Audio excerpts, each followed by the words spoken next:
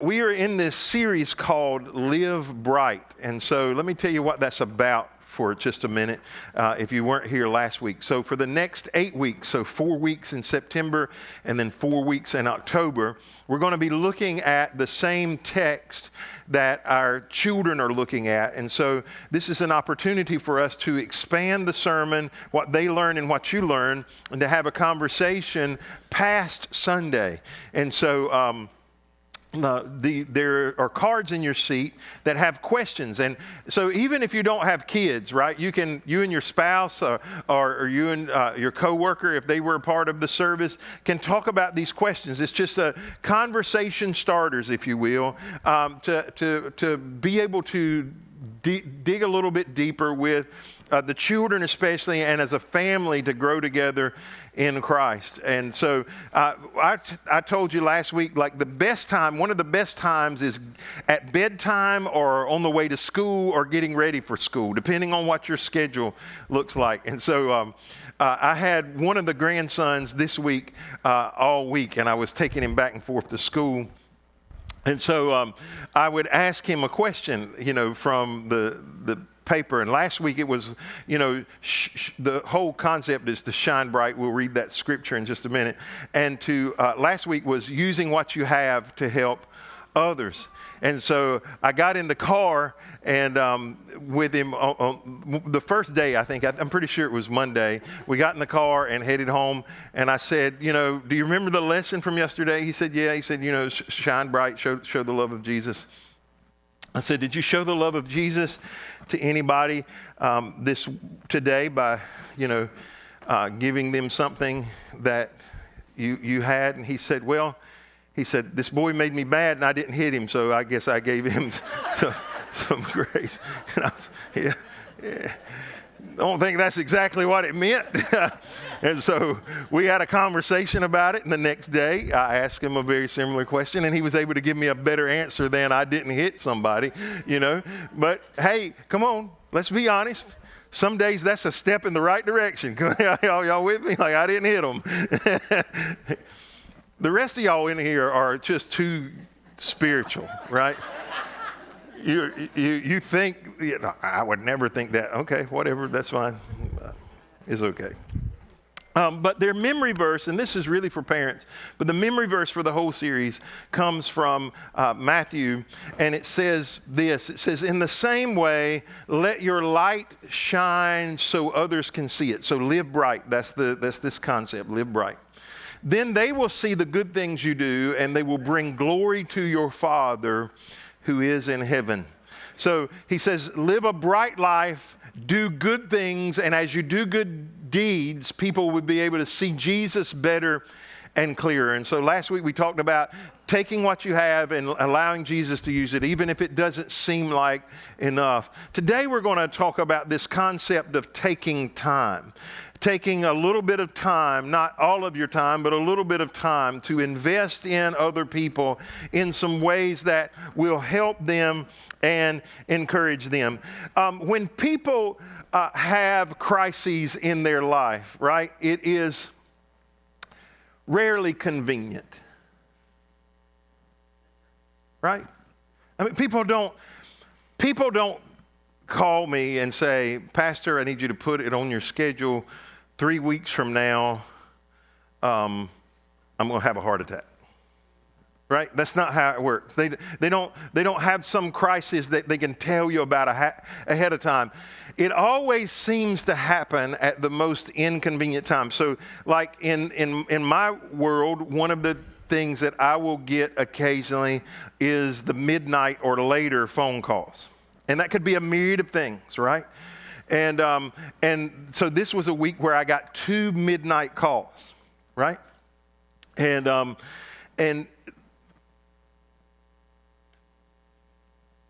the first thought that goes through my mind is not, Lord, this is an opportunity to be used. Thank you for letting this phone ring while I was asleep, right? That is not the first thing that goes through my mind. Actually, the first thing that goes through my mind is, dear God, don't let one of my kids be in jail or dead, right? That's the first thing that goes through my mind. I don't know how you think, but when my phone rings at midnight, it's never good. So I got 2 of those calls, and so I have to compose myself and all right, now how do I need to respond here? What needs to happen? What do they need at this particular minute? And most of you understand that when people want things or need things, it is often at the most inopportune times. Like my dog. This is my fault, okay? But he wants to be walked 3 times a day. And he don't care if it's raining or snowing or sleeting or sunshiny. He don't care if it's 100 degrees or 10 degrees. He wants to be walked. And if you don't walk him, he's going to bug the snot out of you, right? Until you walk him. And so I have built this pattern. And so if you live in my neighborhood, you can vouch for this. It doesn't matter if it's raining or snowing or sleeting, if it's hot or cold. And 3 times a day, we're hooking Sam up and we're going for a walk, right?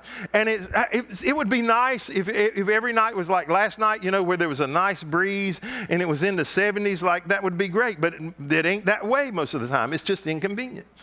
This past week, we had a birthday dinner, a family birthday dinner, so we kind of get together when people in the family. And so this past week, my mom and Jesus both had a birthday. If you're new here, Jesus' birthday is September the 12th, because that's when my brother was born. And so we got together and celebrated. We went over to Winterville, and we were having this conversation, and this situation came up about this guy that came to my dad's church when we lived in Lumberton. So my dad moved there when I was 18. I lived there for a couple of years, then moved away, and then I moved back. I was like 22 years old. And this guy came to church there. He's passed away now, but he wasn't much older than I was. He was probably close to 30 at this point. But he had some substance abuse problems. He had been in prison, but he had been raised in the fundamental independent Baptist movement. And in the 70s, probably from the 50s to the 70s, the independent Baptist churches were known for their bus ministry. Even the smallest churches would have multiple buses where they bussed people in. And so the church my dad pastored had this old rusted out bus that was sitting on the back of the property. And Junior wanted to know, could he use it for a bus ministry? And it didn't have license, it didn't have insurance. And my dad said no. He said, I'm not going to let you get all of that on that bus and then you do it for a couple of weeks and then walk away from it. And he said, no, but I want to do this. He said, there's a lot of kids out there we can get to come to church. And my dad said, all right, here's what you can do. He said, on Wednesday night, they had a church van. On Wednesday night, we pick up 5 or 6 senior adults. He said, if you can fill up that van for 5 or 6 Wednesday nights in a row, he said, I'll consider putting license on the bus. First Wednesday night, I drove the van like one Wednesday night a month. The first Wednesday night, though, the van shows up with those 5 or 6 senior adults with 16 kids in addition. It's a 15-passenger van, all right? And they had never been to church. They were happy to get out of the house, and they were like, woohoo. They were having a party on the van. They were having them a good old time. After about 3 weeks, the old people were tired of those kids taking over their bus, right? And so they were like, you got to do something, preacher. So he said, all right. So he got tags and insurance on this old rusted out bus. Well, Junior didn't have a driver's license. And guess who got chosen to be the DD?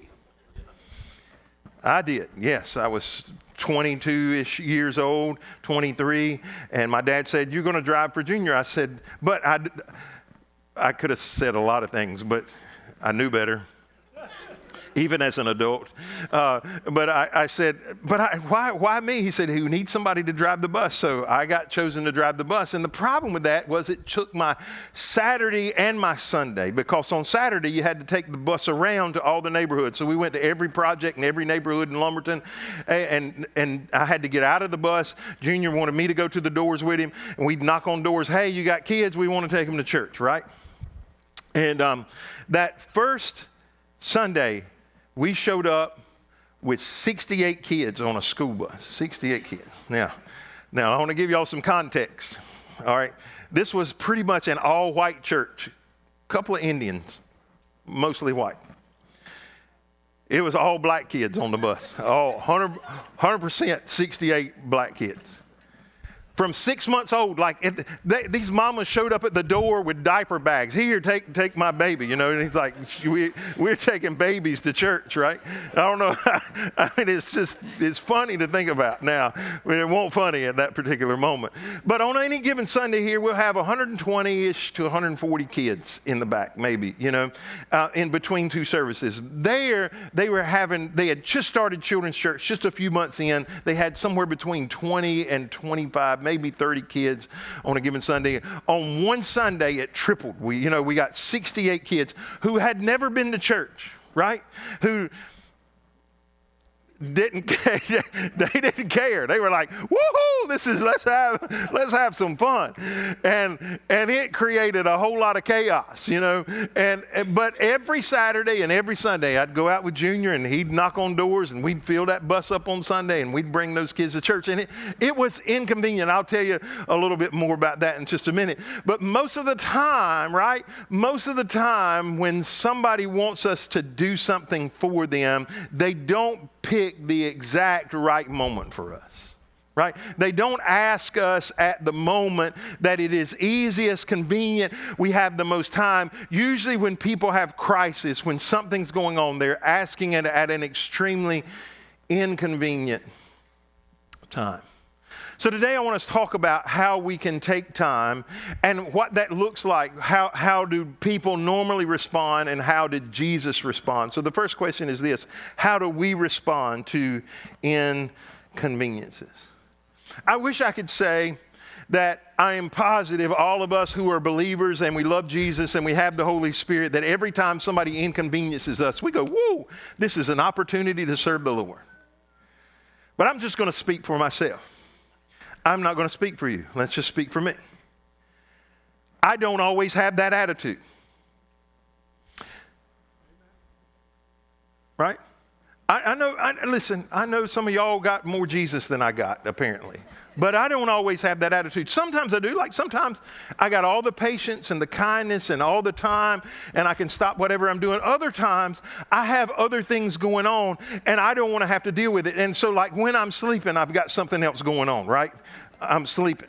And that midnight phone call is at that moment is extremely inconvenient, and I have to stop for a second and gather myself so that I can respond appropriately, because if we're not careful, we will not respond the way that we should. This story says, then they reached Jericho, and as Jesus and his disciples left town, a large crowd followed him. A blind beggar named Bartimaeus, son of Timaeus, was sitting beside the road. So to give you some understanding here of the language, he is named Bartimaeus because his dad's name was Timaeus, and Bar means son of. So he is the son of Timaeus. That's why he's called Bartimaeus, all right? And so he is sitting beside the road, and we are told that he's a blind beggar. And it said, when Bartimaeus heard that Jesus of Nazareth was nearby, he began to shout, Jesus, son of David, have mercy on me. His only tool at that moment was his voice. He didn't have the ability to see Jesus so he could get to him. He didn't have the ability to know how to get there. The only thing he could do was holler for him. The problem was the people around him were not as excited as he was about him getting to Jesus, because the response of the people was, be quiet, many of the people yelled at him. Notice that we have a man hollering for help and we have people yelling back at him to shut up and be quiet. Often that is a response that many of us have. We may not say be quiet, right? But we want to push them to the side for a lot of different reasons.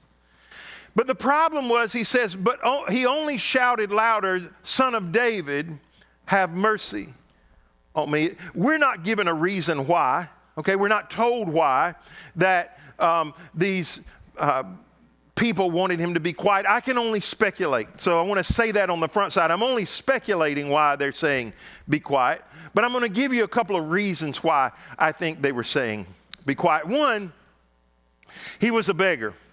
And they didn't feel like he had the right to speak up and be heard by Jesus. They were first in line. They were there ahead of him, and they wanted him to be quiet. The second reason might have been they were embarrassed by him, right? He had a significant need. He was a blind person. He was a beggar. Probably he was abused and certainly an outcast in society, and he's sitting off to the back, and they don't really want him to be the thing they see, Jesus sees when he comes through town. Right? And so there's some shame, most likely, that causes them to push him to the back. The other reason, and I think probably the most likely reason, is they had their own needs. And if he spoke up and Jesus heard him and met his need, he might not hear them and meet their need. And I would say that this is the number one reason why we struggle to make time for other people's needs. Not because we don't see they have a need, but because our needs are preoccupying our minds, right? Everybody in this room came in here today with an agenda. Right? Everybody did. You needed something out of this service. You needed a song sung. You needed a word spoken. You needed somebody to speak to you. You wanted the service to go something like this. You wanted something specific to happen. But you came in with an agenda, and it was your agenda, and it usually was based off the needs that you have, whatever that is right at that particular moment, whether it's social, physical, spiritual, mental, or emotional. You came in here with some kind of agenda. I need this need met in my life. It happens all the time, right? You go out to dinner with your spouse, right? And both of you have agendas. And most of the time you don't share with the other person what that agenda is. But you have an agenda, and you have an idea in your mind how you want things to turn out. And all of a sudden you're in the car going home from dinner, and you think this has been a wonderful night, and the other one's sitting over there going, and you can't figure out why. The reason is they had an agenda and you had an agenda, and your agenda got met, but theirs didn't, and so they're frustrated about it, right? Why? Because all of us have individual needs, and whatever our need is at the forefront of our mind. Whatever your need is right now, whatever the thing is that you're working through, wrestling through, dealing with in your life is the thing that's at the front of your mind. And I want you to understand, it's probably not at the person beside of you's mind. It's certainly not at the person 2 rows ahead of you's mind, and most likely is not even on my mind, right? But you have something that is on the forefront of your mind, and it is concerning you, holding you, wrestling with you, and you are so consumed with it that what you hope is that God moves in this service and that he answers your need, whether anybody else's does or not. He speaks to you. We all have agendas. And all of those people came to the table, right? Because it's not that we're mean, hard, cruel people. It's just that we have struggles in our own life. Our marriage needs help. Our finances need help. Our job needs to change. Whatever that is, we all have needs. And then all of a sudden somebody starts talking to us about their need. And in our mind we're going, if you only knew. Right? If you only knew what I was dealing with, if you only knew what I was going through, if you only knew what I was facing. And sometimes all we hear is, it's not because we don't love them. We do. But in our heart, we're wrestling with something. And so I don't know what was going on in this story. Those are my assumptions that I make about the story. But the response is clear. Shh. Be quiet. Don't get too loud. Don't make a fuss about it. Just hush. And if we're not careful, we will tell other people to hush about their needs because we think ours are so important. As a matter of fact, I would say it may be the number one reason why we miss the needs of other people is because we're so consumed with our own. Right? We come into this room with our own agenda, and we don't like the worship because it wasn't exactly what. Oh, I'm with you. It's not what we needed. Forget what everybody else needed. It's not what we needed. Or we don't like the sermon because it's not what we needed, not what we liked. And so we presume that everybody else feels the same way. And we're so consumed with ourselves that we can't see that the needs of others need to be met. And if we're not careful, we miss it. But here's what I'm going to tell you about a need. If you ignore a need, it's just going to get louder. If you ignore trouble in your marriage, let me tell you what's going to happen. It's not going to go away. It's going to get louder. If you ignore trouble in your body, it's not going to go away. It's just going to get louder. And in this case, he just got louder. He was like, y'all don't know what it's like to be blind. Y'all don't know what it's like to have to sit beside the road and beg for money. You don't know what it's like to be over here in the corner where nobody wants any. You have no idea what it's like. Forget you.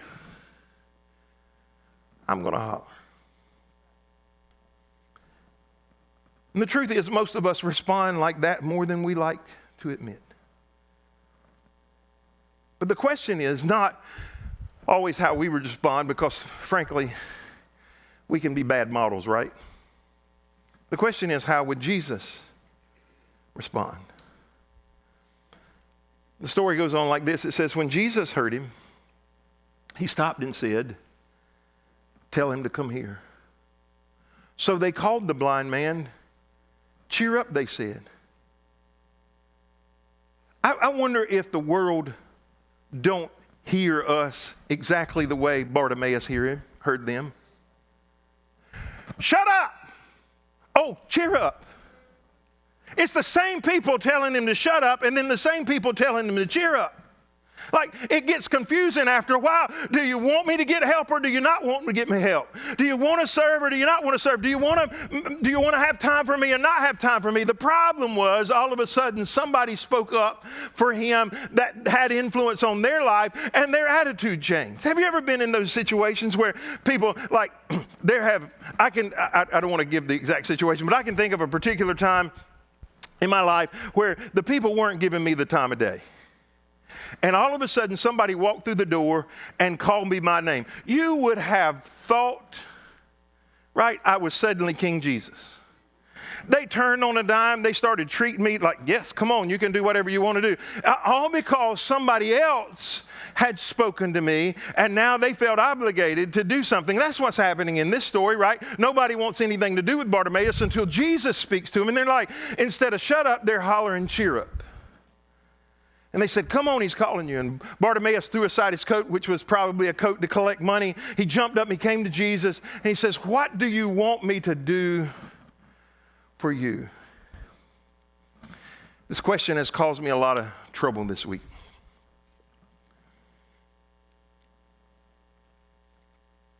Because I've been asking myself, if Jesus came to me and he asked me, what do you want me to do? Like, you got one wish, whatever it is you want to, however you want to. If he says, what do you want me to do for you? What would my response be? I started writing things down. I started trying to weed out. Look, what one thing, like if he asked me one thing, what would it be? What would my answer be? What would I tell him? Because, listen, if we're not careful, we will ask him for the wrong thing because we're so caught up in the wrong thing. And we'll ask for something that really isn't going to make things better. It's just going to ease a little bit of the pain. And I made a long list. I've scratched some off, and I'm not telling you what my answer is because at this point I'm not sure it's right. Right? I'm not sure. I'm not sure what I've written down is the right thing. But what I want to know is, because I've been asking myself this question: if I got to say, here, got one thing I want you to do, and I knew he would do it, what would I ask him for? What would be the one thing? The reason why the one thing is important is because too often we ask for stuff that are only symptoms of problems. Right? He was blind, but he was also a beggar. That's what it tells us. So he's an outcast in society. He's sitting on the side of the road begging for money. He doesn't have a lot of favor with people. He certainly doesn't have a lot of power. And he's trying to get along long before there was any American Disabilities Act. right? Long before there were handicap parking spaces and guide dogs and handicap ramps. Long before any of those things were present, he was probably discarded and abused in the situation that he found himself in and had to get by on whatever people wanted to give him. He could have asked for anything, right? He could have asked for money. He could have asked for power. He could have asked for enough influence to get back at the people who were forcing him to shut up or trying to get him to shut up. He could have asked for a whole lot of things, but he only had an opportunity to ask for one thing. As a matter of fact, I'd love for you to go home and do some homework and ask you today, if Jesus came and gave you the ability to ask one request and you knew he would answer it, what would that one thing be? What would it be? And would it be solving a symptom, or would it be a real root problem? Because here's the thing, if you went to see a psychologist or a psychiatrist and they had a conversation with you, you're going to come in there and dump on them a lot of stuff that is peripheral issues most of the time. But what they're going to be after is to get to the one thing that's causing all of those other things. What's the root that's making all of these other things come out in your life? Jesus said, what do you want me to do for you? My rabbi, the blind man, said, I want to see. He only had one request. He knew what it was. He knew what it was when he was hollering. He knew what it was when he got up. He knew what it was when Jesus called for him. He just needed one thing. He says, I want to see. And Jesus said to him, go, for your faith has healed you. And instantly, the man could see.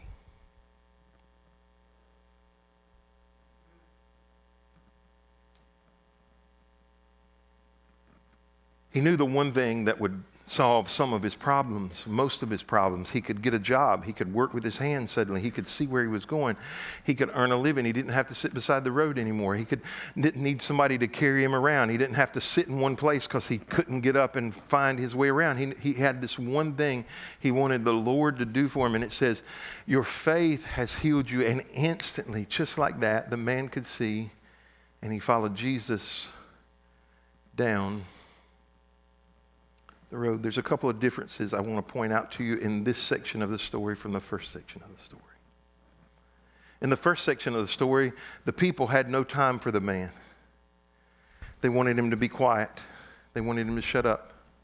They didn't want him to be still. But Jesus stopped and had time. It wasn't because there weren't other people there that had needs. There were a lot of other people. It said a crowd was following him. They were probably hundreds, maybe even thousands of needs. But Jesus stopped what he was doing and took time for that one blind man to meet his need.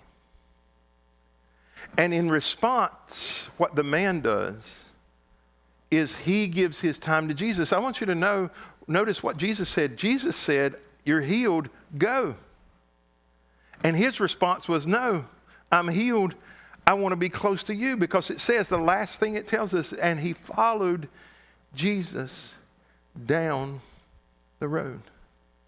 The blessings of God should instigate one thing in our life. It should instigate a desire to be closer to God. But often it is the very thing that is attention.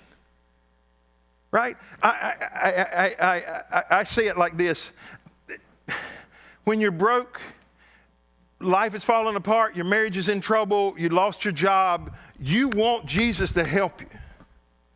But when you got enough money to buy a second home, or have 3 cars in the driveway, or eat out every single night, or wear whatever you want to wear, or you can do whatever you want to do, for the most part, right? The tension then becomes, do I acknowledge his blessings, and do I draw closer to him? Blessings are much more of a threat to your spiritual life than crises. Crisis will cause you to call out. Blessings will often cause you to veer off. And what they should do, though, is cause us to lean in and say, God, I want to be, wherever you go, you did this one thing for me, I'm going to follow after you. But I don't know what your life looks like, but sometimes it is difficult to make time.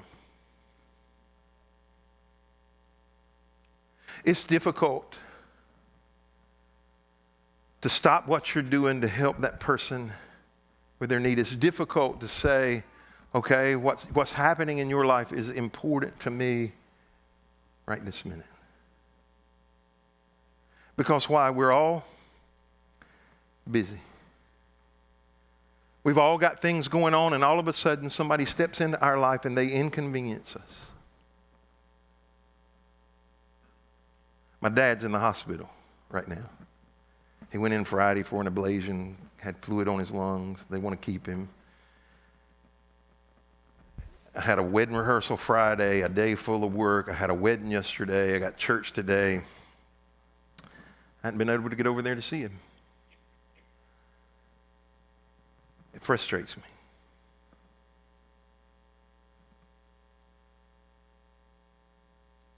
I'm not any different than you. I fill my plate up and find myself too busy to do some things that sometimes people need. Two stories, the end of one and a completely different one. As we talked about Junior on the bus route, my brother mentioned a girl's name. Her name was Mary, who came on that bus the very first day. And all of those kids didn't stay. As a matter of fact, Junior backslid, as we would call it, stopped coming to church. The bus ministry died. But Mary kept coming to church, got saved, married a Christian man, and is raising her kids in church today. Some of those 64 or 68 kids we picked up on that first day are probably in prison. There's a high probability, because of the demographics in that community, some of them are dead. But one, I know, turned a generational curse in her family toward Jesus. And today it's different. Everybody you take time for is not going to turn their life around. Everybody you stop and help is not suddenly going to have this miraculous epiphany and everything changes. But I'll promise you this, if we take time for enough people, occasionally one of them is going to make a turn. As I prepared this sermon, one of the things that I did, besides the list of things that I would ask for, is I wrote a list of things that I have asked people to do that was inconvenient. I'm constantly asking people to do things, never short on something new to do. But as I began to make the list, the one that was first, really,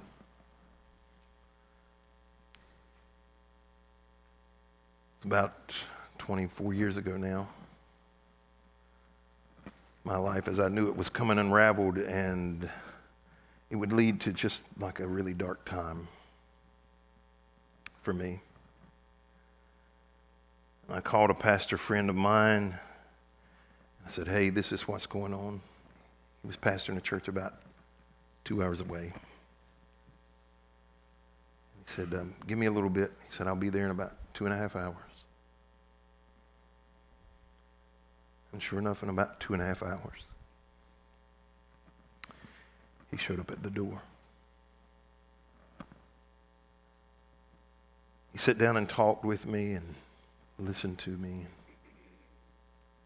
spent the evening with me, for which I was grateful. But as the evening wore on, I expected him to exit. And he said, no, I'm staying. He said, I'm going to stay as long as you need me. And he went to the car and he got a bag, and we went in my office at the church, and I had a little love seat that pulled out into a horrible bed. It was about that thick. For the next, 4 or 5 nights, He stayed there and he was there all day and all night. He didn't say anything that fixed the problem. He didn't miraculously touch it and things changed. He just made time.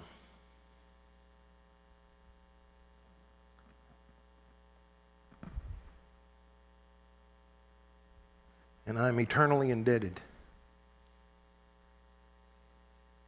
Because he was pastoring a church of 1,200, he had plenty of things to do. He had 3 kids that he needed to take care of. He had people he needed to take care of. He was writing books. They were getting ready to record a live album with all of the songs that he had written, choral arrangements. He had plenty to do, but he stopped. And he took time for me. You see, that's the bottom line today, is you've got to make time to help others. Listen, some of you don't make time because you don't think you can solve the problem. And the reality is you probably can't. You're not going to twinkle your nose or say a prayer or offer some miraculous thing that's going to poof, change it. Maybe you do, but most likely you're not. Most likely the greatest gift that you're going to give is that you stopped what you were doing